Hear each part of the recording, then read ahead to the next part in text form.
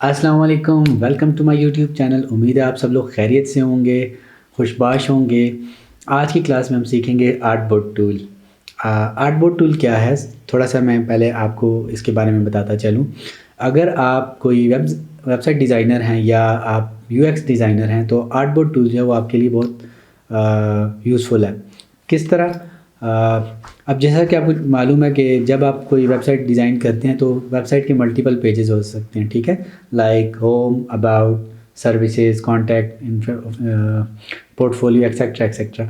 या अगर आप कोई ऐप डिज़ाइन करने जा रहे हैं तो ऐप की भी मल्टीपल स्क्रीन्स होंगी, ठीक है। स्प्लैश स्क्रीन होगी आपके पास, वेलकम स्क्रीन होगी, उसके अलावा जो आपकी मेन स्क्रीन है या लॉगिन साइन अप की स्क्रीन हैं, तो इस तरह मल्टीपल स्क्रीन्स होती हैं। तो आर्टबोर्ड टूल क्या करता है, आपको एक ही डॉक्यूमेंट के अंदर मल्टीपल कैनवसेस प्रोवाइड करता है ताकि आप सारे के सारे जितनी भी आपकी या नंबर ऑफ़ पेजेस हैं या स्क्रीन्स हैं वो एक ही जगह आप व्यू कर सकें, ठीक है।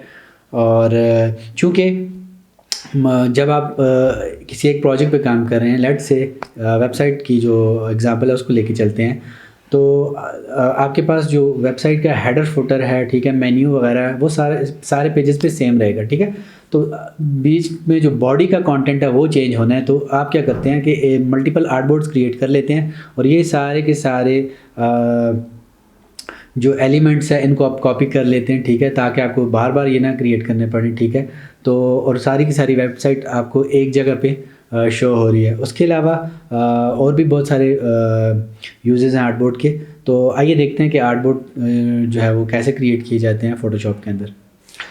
तो मैं इस वक्त अपनी फ़ोटोशॉप की स्क्रीन के अंदर हूँ, तो मेरे पास इस वक्त एक ब्लैंक कैनवस है। तो सबसे पहले कोई भी डॉक्यूमेंट क्रिएट कर लेते हैं।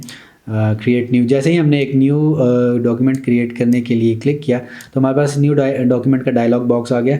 अब यहाँ पे आप कुछ भी बना सकते हैं। मैं इस वक्त वेब के लिए एक फ़ाइल क्रिएट करना चाह रहा हूँ, ठीक है। यहाँ पे मेरे पास प्रीसेट्स ने खुद ही एक वैल्यू उठा ली, प्री डिफाइंड 1366 पिक्सल्स, और हाइट उसकी उसने सेट की है 768, वेब की जो मोस्ट कॉमन जो हाइट एंड विड्थ है।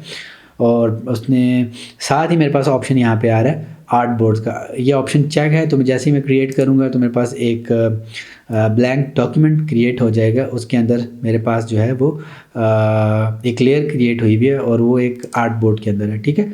अब ये आर्टबोर्ड क्या हो सकता है, आपका कोई वेबसाइट का पेज हो सकता है। लेट्स से मैं इसको रीनेम कर देता हूँ होम, ठीक है। अब यहाँ से अगर आपने एक डॉक्यूमेंट क्रिएट कर लिया है तो आप अगर अपने जो आर्टबोर्ड का जो साइज़ है वो चेंज करना चाह रहे हैं तो वो आप इजीली कर सकते हैं। कंट्रोल बार में आते हैं, यहाँ पे हमारे पास ऑलमोस्ट 35 डिफरेंट टाइप्स की जो है ना प्रीसेट्स डिफाइन है आर्टबोर्ड के लिए। लाइक आईफोन एक्स 6, 7, 8 प्लस, ठीक है, iPad pro 10 inches, iPad retina, and बहुत सारी यहाँ पे हमारे पास और भी प्रीसेट डिफाइंड है जो कि फ़ोटोशॉप ने आपको दिए हैं। यहाँ पे आपको इनकी हाइट एंड विड्थ जो है वो याद रखनी नहीं पड़ती, फ़ोटोशॉप ने आपको प्रोवाइड किया। जस्ट आप क्लिक करेंगे, आपका आर्टबोर्ड जो है वो उस हिसाब से बन जाएगा, ठीक है।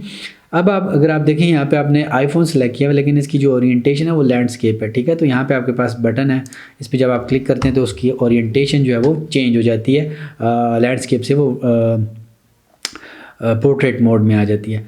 तो पहला जो आपके पास ऑप्शन आ रहा है वो यहाँ पे डिफरेंट जो आपके पास आर्टबोर्ड है, अगर आपने एकदम क्रिएट कर लिया आप यहाँ से उसको चेंज भी कर सकते हैं, ठीक है। यहाँ पे आगे आपके पास आर्टबोर्ड की विड्थ एंड हाइट आ रही है, आप अपनी मर्ज़ी की हाइट एंड विड्थ भी इसमें एंटर कर सकते हैं, ठीक है। लाइक दिस मैंने एंटर किया, उसने देखें अपना साइज़ छोटा कर लिया। तो यहाँ से आप मैनुअल अपनी हाइट एंड विड्थ सेट कर सकते हैं। फिर आपके पास आर्टबोर्ड का जो बैकग्राउंड कलर है वो आ जाता है, आपने अपनी बैकग्राउंड कलर कौन सा रखना है आर्टबोर्ड का वो आप यहाँ से सिलेक्ट कर लेते हैं। या फिर यहाँ पे आपके पास कुछ प्री डिफाइंड हैं, वाइट रखना है, ब्लैक रखना है, ट्रांसपेरेंट रखना है, या कोई और कलर है अदर में, फिर आपके पास कलर पिकर आ जाए जिससे आप अपनी मर्ज़ी का कलर जो है वो आर्टबोर्ड के लिए सिलेक्ट कर सकते हैं, ठीक है। तो ये हमारे पास कुछ ऑप्शन थी। उसके बाद नेक्स्ट जो हमारे पास दो आइकन है वो है आर्टबोर्ड के ओरिएंटेशन के हैं। तो पहला जो है इस वक्त जो आइकन है वो डिसेबल है, तो ये बता रहा है इस वक्त आपकी आर्टबोर्ड की ओरिएंटेशन ऑलरेडी पोर्ट्रेट मोड में, ठीक है। अगर आपने इसकी ओरिएंटेशन चेंज करनी है आप इस पर क्लिक करेंगे तो इसकी ओरिएंटेशन जो है वो लैंडस्केप में चली जाएगी, ठीक है। दोबारा अगर आपने करनी है तो आप देखेंगे कि आपके पास ये वाला बटन जो है वो एक्टिव हो जाएगा। इस पर क्लिक करेंगे, आर्टबोर्ड की जो ओरिएंटेशन है वो पोर्ट्रेट मोड में आ जाएगी। अब उसी के साथ हमारे पास देखें एक प्लस का जो है आइकन है आर्टबोर्ड के अंदर, तो वो ये बता रहा है कि आप कोई न्यू आर्टबोर्ड क्रिएट करना चाहते हैं। तो जैसे ही आप क्लिक करेंगे तो जिस साइज़ का पहले आपका आर्टबोर्ड था उसी साइज़ का एक और आर्टबोर्ड क्रिएट हो गया। अब आप इसको कस्टमाइज़ करके अपनी मर्ज़ी का भी रख सकते हैं, लेकिन फ़ोटोशॉप ने इसी साइज़ का क्यों आर्टबोर्ड क्रिएट किया? क्यों? फ़ोटोशॉप ये चीज़ जानता है कि लेट से आप एक डॉक्यूमेंट के अंदर अगर एक ही प्रोजेक्ट के अंदर काम कर रहे हैं तो उसके मल्टीपल जो पेजेस होंगे तो उनका साइज़ सेम होना है, ठीक है। अगर कोई ऐप है तो उसकी सब स्क्रीन जितनी भी स्क्रीन्स हैं उनका साइज़ आपके पास सेम होना है, ठीक है। तो उसने उसी साइज़ का जो आपके पास जो आर्टबोर्ड है वो क्रिएट किया।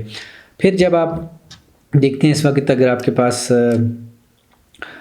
जब आपके पास आर्टबोर्ड सेलेक्टेड है तो आपके पास इसकी सारी साइड्स पे आपको एक प्लस का आइकन नज़र आता है जो ये बताता है कि आप इसके उस साइड पे एक न्यू आर्टबोर्ड क्रिएट कर सकते हैं, ठीक है। तो मैं इसको आर्टबोर्ड 1 को रीनेम कर लेता हूँ। लेट से मेरी साइट का दूसरा पेज है जो है अबाउट, ठीक है। इस तरह मैं इस पर क्लिक करता हूँ, एक और पेज आ गया, इसको मैं कह देता हूँ सर्विसेज। तो इस तरह मैं मल्टीपल आर्टबोर्ड्स क्रिएट कर सकता हूँ, ठीक है, और अपनी मर्ज़ी से इनको अरेंज कर सकता हूँ डॉक्यूमेंट में कहीं पे भी, ठीक है, जहाँ मेरा दिल चाहे, ठीक है। फिर उसके बाद हमारे पास अगर आपने इन तीनों को अरेंज करना है तो यहाँ पे आपके पास मूव टूल के थ्रू भी कर सकते हैं। आर्टबोर्ड के अंदर आप जाएँ, यहाँ पे आपके पास अलाइनमेंट किट कंट्रोल्स हैं जो हमने मूव टूल में जो पिछला लेक्चर था हमारा उसमें हमने देखे थे कि आप किस तरह से अपनी लेयर्स को अलाइन करते हैं। इसी तरह आप इन आर्टबोर्ड्स को भी अलाइन कर सकते हैं, ठीक है।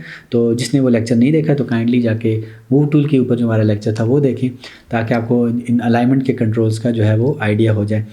इस तरह अब आपके पास देखें इनके बीच में स्पेस आपने डिस्ट्रीब्यूट करनी है। आपके पास डिस्ट्रीब्यूट विड्थ्स करते हैं तो देखें इनके बीच में जो विड्थ है वो स्पेस है वो इक्वल होगी है, ठीक है। तो जब आपके पास कोई एक आर्टबोर्ड सिलेक्टेड है, ठीक है, लेट्स से मैं होम को करता हूँ तो अब इसकी दोनों साइडों पे मेरे पास एक आर्टबोर्ड है इस वक्त, ठीक है। तो मैं क्या करता हूँ कि अब मेरे पास दो ही ऑप्शन है, या तो मैं इसके टॉप पे कोई नया आर्टबोर्ड क्रिएट कर लूँ या इसके बॉटम पे जो है एक आर्टबोर्ड क्रिएट कर लूँ, ठीक है। तो इस तरह से आप मल्टीपल जो है आर्टबोर्ड्स क्रिएट कर सकते हैं। अब मैंने एक आर्टबोर्ड को सिलेक्ट किया और यहाँ से डिलीट के आइकन से डिलीट कर दिया, या डिलीट की प्रेस करूँगा कीबोर्ड पे तब भी वो मेरे पास डिलीट हो जाएगा, ठीक है।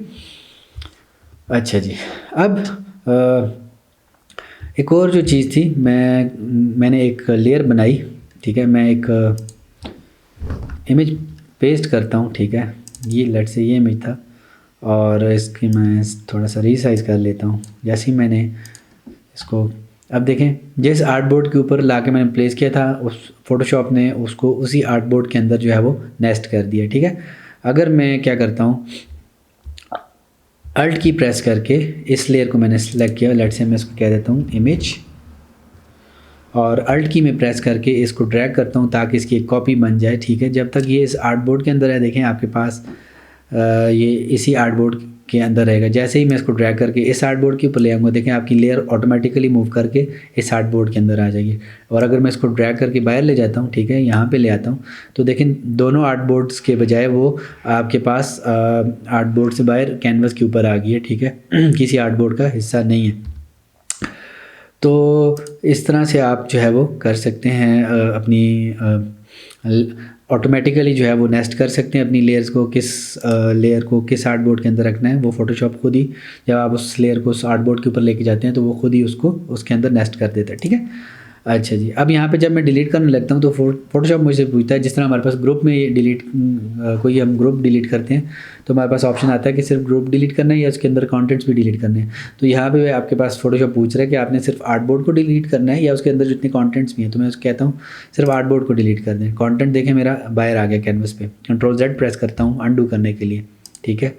अच्छा अब मेरे पास ये इमेज था, लेट से मैं इस पर राइट क्लिक करता हूँ या कोई लेयर थी, कोई भी लेयर थी, मैंने राइट क्लिक किया और मैं यहाँ से डुप्लीकेट पे जब क्लिक करता हूँ तो फोटोशॉप मुझसे ये चीज़ पूछेगा कि आपने इसको किस नाम से सेव करना है, ठीक है। लेट से मैं कह देता हूँ image2 और डॉक्यूमेंट का पूछेगा, डॉक्यूमेंट ऑब्वियसली यही होगा।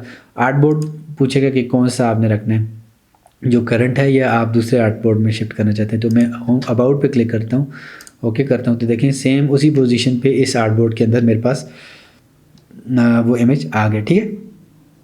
अच्छा एक और ऑप्शन यहाँ पे आपके पास बड़ी यूज़फुल है, वो ये है कि जो भी आर्ट बोर्ड आपने सेलेक्ट किया हुआ है, आप व्यू में जाके शो पे जाके ग्रिड को जो है वो एक्टिव कर सकते हैं। तो आपके पास देखें एक ग्रिड बन जाता है फ़ोटोशॉप के अंदर, ठीक है। काफ़ी यूज़फुल रहता है जब आपने कोई सिलेक्शन वगैरह करनी है, कंटेंट को अलाइन करना है तो उसके लिए, ठीक है। अच्छा, डिलीट पे क्लिक करता हूँ तो डिलीट हो जाएगा। मैं फ़िलहाल के लिए ग्रिड को ऑफ़ कर देता हूँ। और अगर मैं,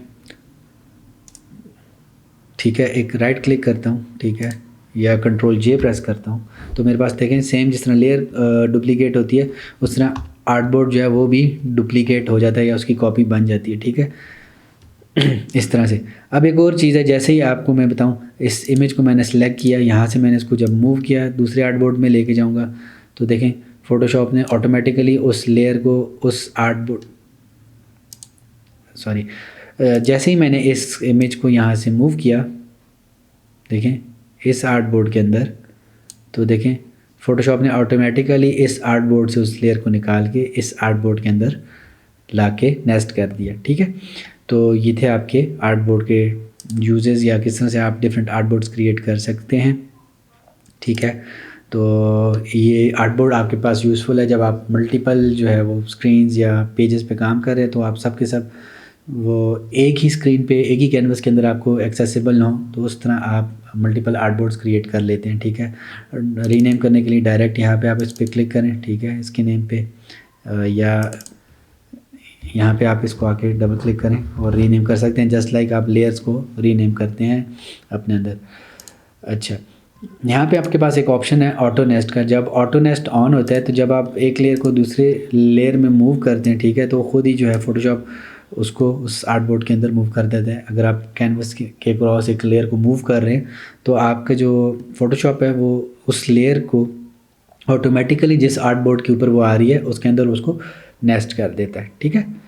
अच्छा, इसके अलावा हमारे पास अगर आपने एक न्यू डॉक्यूमेंट क्रिएट किया है, लेट से मैंने कोई इमेज ओपन किया है, ये इमेज ओपन किया है और यहाँ पे मुझे इसको कन्वर्ट करना है एक आर्टबोर्ड में, तो मैं क्या करता हूँ, यहाँ से राइट क्लिक करके कह सकता हूँ आर्टबोर्ड फ्रॉम लेयर्स।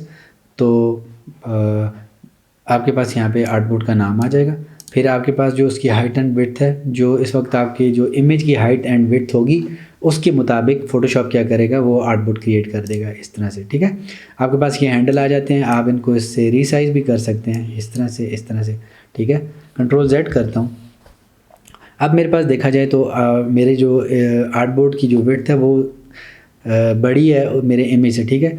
तो अगर मैं आर्टबोर्ड टूल पे जाता हूँ और इसकी ओरिएंटेशन चेंज करता हूँ तो देखें मेरे पास वही एरिया विजिबल होगा, ठीक है, जो उस आर्टबोर्ड के अंदर आ रहा है। आप इसको चाहें तो मूव कर सकते हैं जो एरिया आपको चाहिए। अब ये चीज़ जो है बड़ी यूज़फुल है अगर आप रिस्पॉन्सिव डिज़ाइन बना रहे हैं, ठीक है, आया ऐप के लिए या वेबसाइट के लिए, तो आर्टबोर्ड आपको ये चीज़ विजिबिलिटी प्रोवाइड करता है यार कि जो कंटेंट आपका एक ओरिएंटेशन में है वो दूसरी ओरिएंटेशन में किस तरह से नज़र आएगा। उसके लिए देखें आपके पास ये ऑप्शन है कि आप उसको लैंडस्केप या पोर्ट्रेट मोड में जो है वो व्यू करके देख लें। ऑब्वियसली जो भी आप साइट क्रिएट करेंगे या ऐप क्रिएट करेंगे वो लाजमी नहीं है कि सिर्फ पोर्ट्रेट मोड में ही यूज़ होगी। बाज़ टाइम अगर यूज़र अपना ओरिएंटेशन चेंज करता है तो उस ओरिएंटेशन में आपकी ऐप का जो लेआउट होगा वो किस तरह से होगा, तो वो आप आर्टबोर्ड को जो है इसका जो ओरिएंटेशन है चेंज करके आप चेक कर सकते हैं कि किस तरह से आपका लेआउट आएगा, ठीक है। तो इस चीज़ को माइंड में रखते हुए डिज़ाइनर्स जो हैं वो अपनी जो लेआउट्स हैं वेबसाइट्स के या ऐप्स के उस हिसाब से डिज़ाइन करते हैं कि आया जब आपकी ओरिएंटेशन चेंज हो तो आपकी ऐप या वेबसाइट जो है वो फुली रिस्पॉन्सिव हो, उस लेआउट के मुताबिक अपने आप को ढाल ले, ठीक है। तो इसके अलावा अगर आपने लेट से अगर आप मैंने ये एक आर्टबोर्ड क्रिएट कर लिया, ठीक है, मैं इस पर क्लिक करता हूँ। आप अपनी मर्ज़ी से इसका साइज़ जो है वो इंक्रीज़ या डिक्रीज़ भी कर सकते हैं, ठीक है। तो आपके पास ऑप्शन है, आप चाहें तो प्रीसेट्स में से कोई ऑप्शन यूज़ कर लें या अपनी मर्ज़ी की कोई ऑप्शन अपनी मर्ज़ी का जो आर्टबोर्ड है वो क्रिएट कर लें। तो ये था आज का हमारा आर्टबोर्ड टूल। उम्मीद है आप लोगों को बहुत अच्छे से समझ आया होगा, और किसी का कोई क्वेश्चन है तो काइंडली मुझे कमेंट्स करके बताएं, ठीक है। और अगर वीडियो ने आपके नॉलेज में इजाफ़ा किया है तो वीडियो को लाइक करें, शेयर करें, चैनल पे अगर न्यू हैं तो चैनल को सब्सक्राइब करें। मिलते हैं नेक्स्ट लेक्चर में, तब तक के लिए अल्लाह हाफिज़।